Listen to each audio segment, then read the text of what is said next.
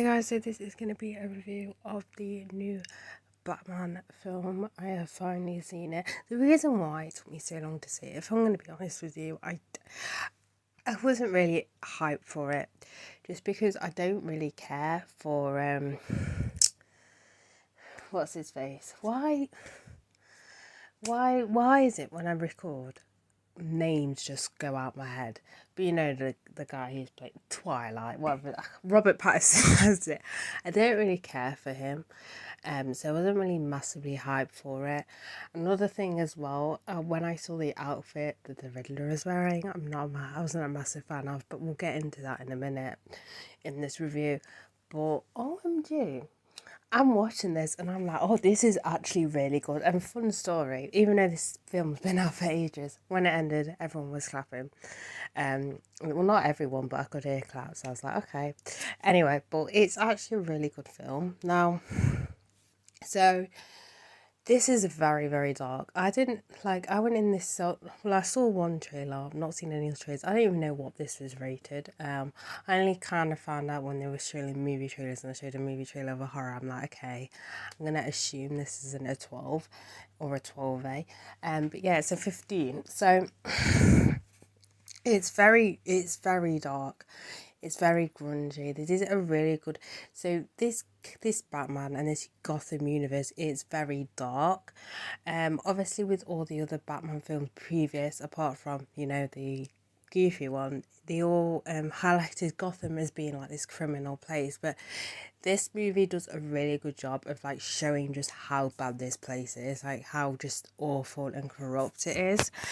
So it's definitely one of those darker and more Batman films. Now on to the actual character.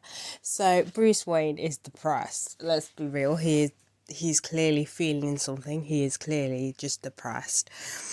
So I watched one review pointing out that this Bruce Wayne, as I said, is really depressed. He's obviously depressed. He's recluse. He doesn't go to any of the kind of events that happens and stuff like that, whereas all the other Bruce Waynes and all the other Batmans do that, but he just, no, he's not interested. He is focused on obviously, being the Batman. And it's funny, he doesn't actually call himself Batman. He calls himself, is it Avenge? I can't even freaking remember. Vengeance, that's it. He calls himself, the first thing I thought was Avenge. I was like, what are you talking about? He calls himself Vengeance, because he's basically doing all this because of his memory, because of his parents died, which, oh my, the whole thing, okay, I don't want to spoil anything if you still haven't seen it, so I'm not going to go into it, but wow. It just, wow, okay. But what I really like about what they did with the character is, even though he's kind of like this like miserable, like he can't help, he clearly is traumatized, but anyway, but it shows like kind of development of Bruce Wayne slash Batman, which I really like. So it kind of acts like an origin story for this Batman. Now on to the Riddler. So the Riddler, well, as I said, when I first saw her costume, I wasn't a massive fan of, but now I can understand why they have like the mask and stuff. Oh, because all throughout the film you're wondering, who is this? Who is this? I'm not going to reveal who the actor is. In case you didn't know, I didn't know, because I'm not the sort of person to search the film, because when you search a film, that's when you find out who's playing who, and it's like spoilers century. But I will say they did a really good job. Now the Riddler in this one, he's crazy. Like, he has his moments where, okay, you are literally insane, especially more so near the end of the film. But it's kind of more scaled back. It's kind of a little bit of like Jim Carrey's Riddler, but not too much. More kind of psychotic than like loony psychotic, if that makes any sense. But I like the actor that they chose to play him. So is that, as I said, I don't want to give too much away, but yeah. Now the length of the film is 3 hours. My brother saw this film before me and he said it did drag on. It didn't. a little bit. When I started to think, okay, can this end a little bit, was more than halfway through the film. We were close. It got to the point where we find out who the Riddler is, where Batman finds out who the Riddler is, and it's like, oh, okay, is it going to end there? But then it was like another, I don't know, 20 minutes maybe, and which is like, oh, okay, you're not going to end. That's only about the part where I thought, okay, it's starting to drag a little bit, but as I said then, it was like more than halfway through, like more than half, even probably more than like, you know, you only had about 20 minutes left, I believe. I don't know. But like, so I mean, it's not too bad. As I said, it could have been worse. It could have been like completely like, okay, this is dragging so much. But I really, as I said, I'm actually really surprised. I did really enjoy it.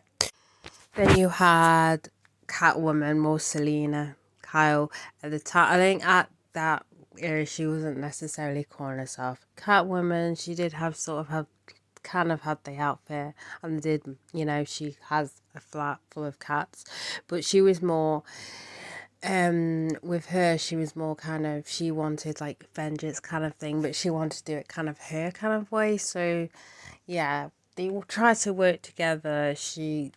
It worked at times. As I said, I don't want to give it too much away, but Zoe Kravitz did a good job as portraying her. But yeah, that is basically the sum up of this film without giving too much away. If I was to rate it out of 10, I would give it, what should I give it? I'll give it 8.5 out of 10. As I said, I really enjoyed it. Maybe if they cut it short a little bit, maybe a little bit. Okay, okay, wait, we'll get to that bit in a minute. If they cut it a little bit short, maybe it would be a little bit higher. But overall, I really enjoyed it, and as I said, I was pleasantly surprised. Right, now on to a little bit of spoilers. Now, it's not really a spoiler, but I know someone might be interested in what I feel about it. But obviously, it was leaked. You couldn't have missed it because there was photos forever. Even I saw the photo. I was like, whatever. So if you don't want to know anything about this one, because technically you see it in the film, but not like near basically at the end, but you don't see the full thing. Okay, just cut off now. I'm giving you a scan of 5, 5, 4, 3, 2, 1, 0. So the Joker. So we've got another Joker. I thought I'd mention my full thoughts on it. I really like the look of this Joker because it kind of matches this kind of universe where it's kind of like, it's dark, it's rugged, it's all that. So there's no kind of like clown makeup. It's literally just like a fucked up face, which I really like. Like, it's scarred. I really like this Joker, just because it kind of matches with the whole kind of universe. As you said, we've had different. You had Lexi. What I nearly said. Whatever. You had Mama. You say you had Gerald Leto's Joker, which everyone hated. I thought it was misunderstood, but kind of fitted in the Suicide Squad kind of atmosphere. You had Heath Ledger's Joker, which is a really good portrayal.